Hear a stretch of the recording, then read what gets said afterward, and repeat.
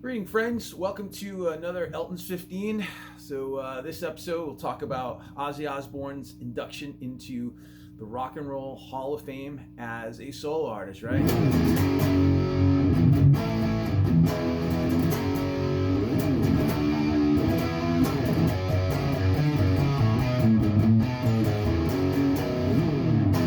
Something like that. Anyways, some Crazy Train. Probably I would say definitively his biggest hit as a solo artist. I mean, he went on to have, let's put my pick on my guitar over here so I'm not holding it, fidgeting with my hands. Probably his biggest hit. I didn't fact check that or look that stuff up, but maybe you can. Ozzy Osbourne, undeniable in terms of his influence on heavier music, arguably the godfather of heavy metal.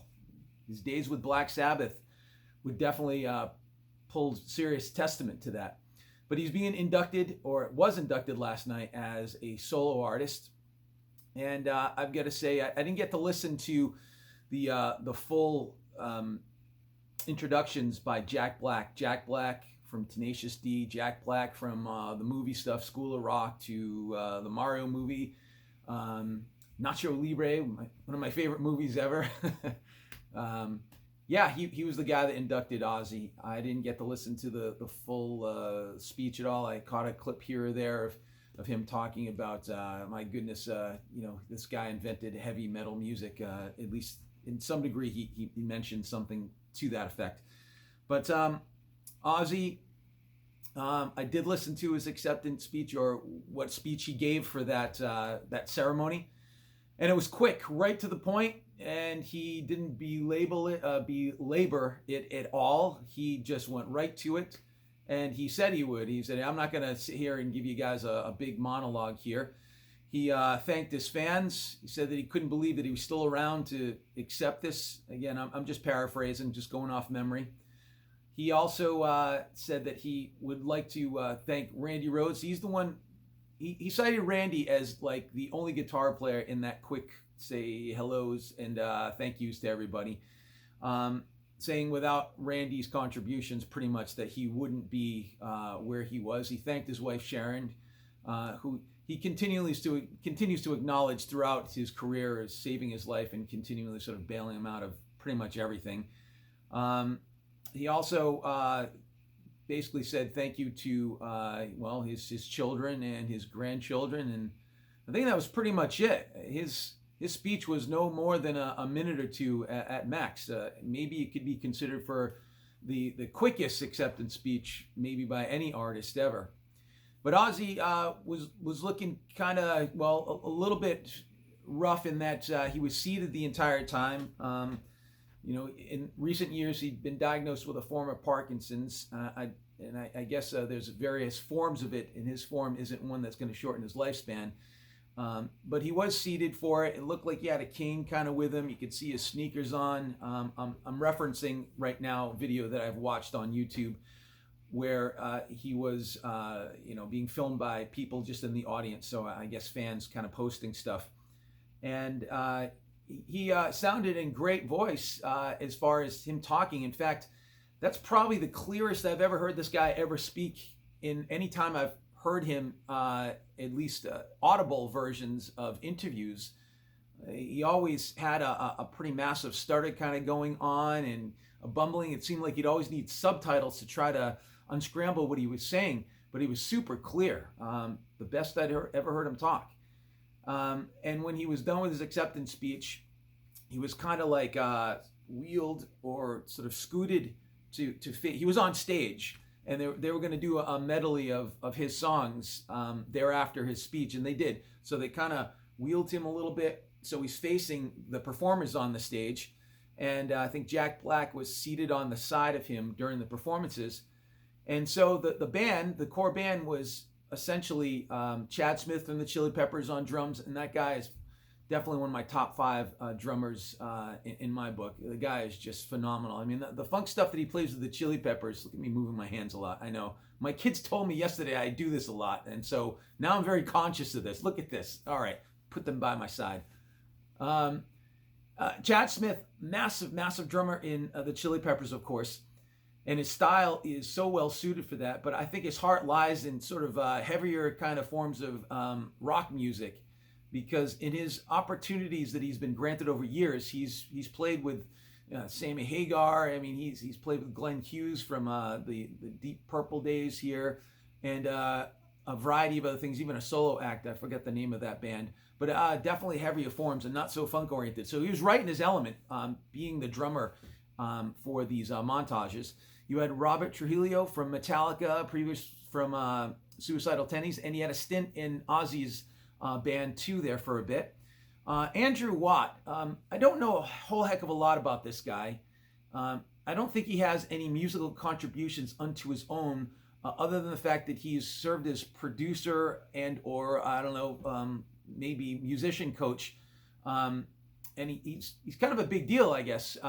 Again, I don't know a heck of a lot about him. I know he did the last Rolling Stones album, and that's a really good album, and he's done the two solo albums from Ozzy, the last two of which I don't recall their titles either.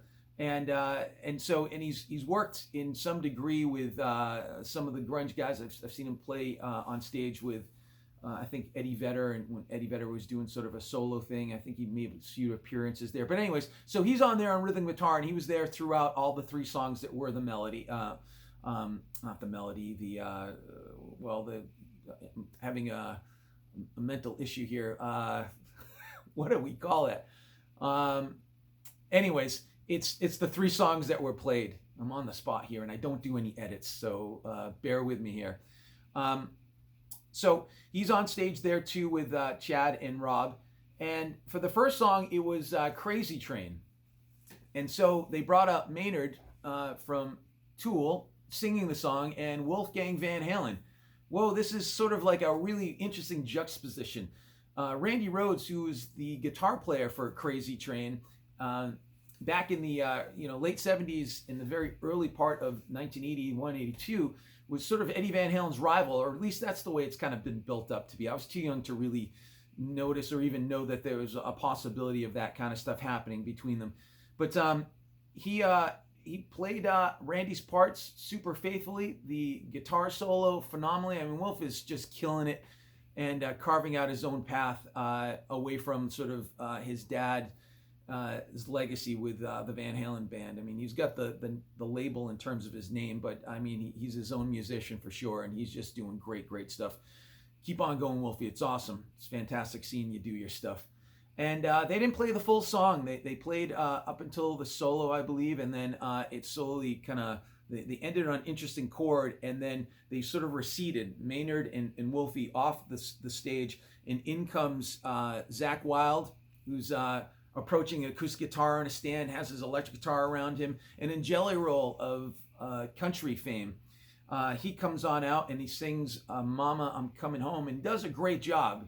He was just interviewed on Joe Rogan recently, and I'm not a huge country fan by any stretch of the imagination, but I do know the bigger names, and he's definitely one of those names right now. And hearing him on Joe Rogan was pretty cool. You know, when you listen to someone talk for a couple hours, you really get a good sense of who they are. He seems like a really good dude, and he just killed it for sure. Mama, I'm Coming Home. So when they were done and they didn't do the full song, they did up to the guitar solo. Jelly Roll kind of exits the stage. Wolfie gives him a high five kind of, or a low five as he leaves the stage. And Zach's still playing the guitar solo for it, and then suddenly it molds into No Tears. So Robert Trujillo walks out and starts that bass line, doo-doo, doo-doo, you know. I think if you know that song, what I'm talking about. And from there, who comes out but Steve Stevens, the guitar player from Billy Idol, right? All those big songs, Rebel Yell, Eyes Without a Face, I mean, White Wedding, I mean, you name quite a few songs that they had struck gold with in the 80s. And Billy Idol comes out too, and he sings No More Tears. And I was so pleasantly surprised, there I go with the hands again, with his performance. Actually, the band was just great. I mean, you can't go wrong with Chad Smith on drums, Rob Trujillo on bass. They were just phenomenal, really good. I did notice that Billy Idol had some shoes. If you see some of the bootleg video out on YouTube, check out his shoes. He's got like platform shoes that look sort of disproportionate, give him a bit more height there. I thought that was pretty funny. but he was in fine form. Had I closed my eyes, I wouldn't have known that that was Billy Idol singing that song in a million years, and he just did a great job. Doesn't sound like Ozzy, obviously, but he did a great job in his version of it. And again, they didn't play the whole song, but all in all, a phenomenal tribute. And as far as the presentation of it all, the fact that they didn't play full songs, I thought for a second, oh, that's kind of a bummer they didn't play the full tunes. But in hindsight, it's actually pretty good. It got right to it, so it was trimmed all the fat off, played the songs that you knew, if you know Ozzy's catalog, and then we're done and moved on seamlessly into the next. And I'd say probably within, 7-8 minutes, all 3 songs were performed. And don't check me on that. I don't know if that's true, but it felt like it was less than 10 minutes for 3 songs. And as they exited the stage, Ozzy's still on the side of the stage, and they walk out and kind of give him a quick, hug and kiss. I know Andrew does. Let's see here, who else kind of did that? I noticed that Billy Idol and Steve Stevens just kind of gave him a wave. It looked like they saw that Ozzy was going to be sort of tied up with everyone else, kind of giving him hugs. Zack Wylde walks over there too. Just a great thing. So if you haven't checked it out yet, take a look at Ozzy's induction to the Rock and Roll Hall of Fame and the performances that were there. Great stuff. Yeah. So on another note, I'm going to New York tomorrow. I'm going to go to the book signing in which Alex Van Halen will be signing copies of his book.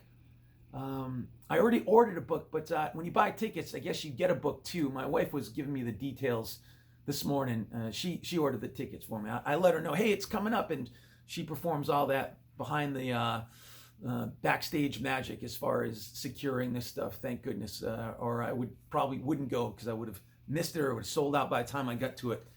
But I'll be there tomorrow. I'm looking forward to it. So I'm getting a book. Alex is going to sign it.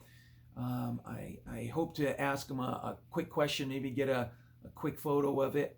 I'm just really looking forward to it. I'll try to document parts of it. I got to take a train ride there, as I've mentioned in the previous videos, and I'll document as much as I can. But I'm super excited. It's gonna be a great time. Well, anyways, thank you very much for tuning in for this latest episode here. And the next time I'll be posting this, it'll be completely Alex Van Halen. Let me try saying that again. Only one of my favorite bands in the world. Alex Van Halen's centric, because I'm going to the book signing. And yeah, it's big news in my world too.